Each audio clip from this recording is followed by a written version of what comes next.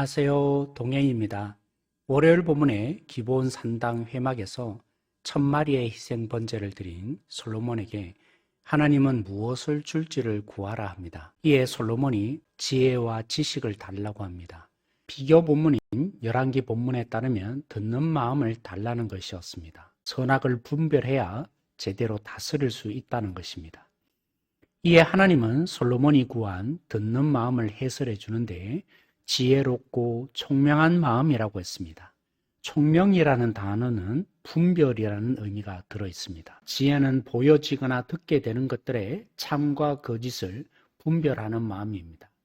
그리고 분별로만 끝나지 않고 진짜를 삶에 헌신하고 살아내는 능력이 지혜입니다. 우리는 이런 관점을 가지고 이번 주 묵상 본문을 살펴보십시다. 주일과 월요일 본문입니다.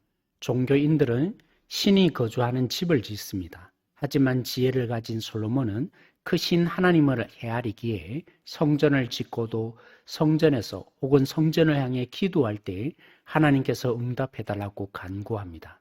지혜가 있으니 만민이 기도하는 집이라고 성전을 해석해낼 수 있었던 것입니다. 화요일 본문에 하나님이 솔로몬의 기도에 응답해 주시는데요. 솔로몬은 하나님의 임재가 가득해진 성전을 보고 감사합니다. 하나님이 선하시고 인자하심이 영원하다고 노래하는데요. 지혜가 있으니 하나님과 하나님의 성품을 찬양할 수 있었던 것입니다. 우리의 찬송의 가사들을 대부분 보십시오. 우리의 삶의 굴곡을 주로 노래합니다. 근데 솔로몬은 하나님과 하나님의 성품을 노래하는 감사였습니다. 수요일 본문은 하나님이 주신 지혜로 국고성을 만듭니다. 견고한 방어체계를 구축한 것이죠. 하나님이 말씀하신 대로 성전과 국고성과 같은 국책 사업에 백성들을 노예로 부리지 않습니다. 그것도 지혜 덕분이죠. 애굽 왕의 딸과 결혼했지만 자신의 궁궐에 살지 못하게 함으로 성전의 거룩함을 지켜냅니다. 그것도 지혜로 가능한 일이었죠. 모세가 명한 대로 매일의 제사와 안식일과 무교절과 칠칠절과 초막절을 지키는 것도 지혜 덕분입니다. 아버지 다윗이 계획한 대로 제사장을 반열로 섬기게 하고 레위인들을 예배에 봉사하도록 하고 문지기도 성전을 반열을 따라 지키도록 한 것도 지혜 덕분이죠. 그래서 성전 공사에 결점이 없었다고 본문은 평가합니다. 목요일 본문은 솔로몬이 무역업자 두로왕 후람과 함께 해상무역을 활발하게 한 것도 하나님의 주신 지혜 덕분입니다. 스바 여왕이 솔로몬의 부귀, 특히 솔로몬의 지혜를 듣고 하나님을 찬양합니다. 금요일 본문도 마찬가지인데요. 얼마나 많은 영광을 솔로몬이 얻은지를 묘사합니다. 역대하 1장에서 성막에 나타나신 하나님께 분별하는 지혜를 달라고 요청한 것에 하나님은 솔로몬에게 지혜뿐 아니라 부귀 영화도 주신다고 한 그대로가 성취된 것이죠.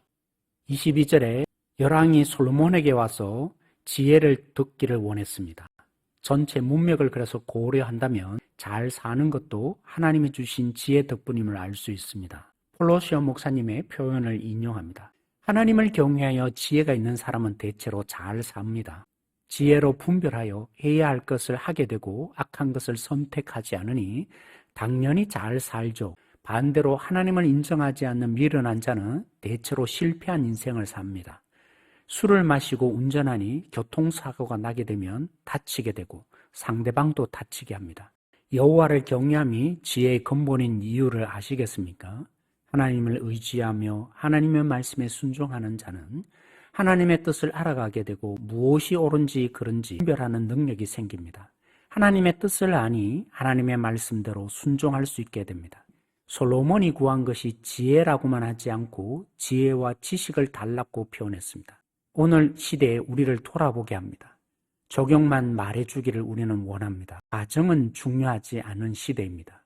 결론만 말해달라고 합니다. 그런데 사랑하는 성도 여러분, 우리의 인생이 그렇게 1대1로 단순하게 대입되도록 하나님이 창조하지 않으셨습니다. 아무리 말씀에 감동을 받더라도 그 말씀을 삶에 적용하고 살아내어서 내 것이 되는 과정이 있어야 주님의 사람으로 바뀌어져 갑니다. 그 디딤돌에 지식이 있습니다.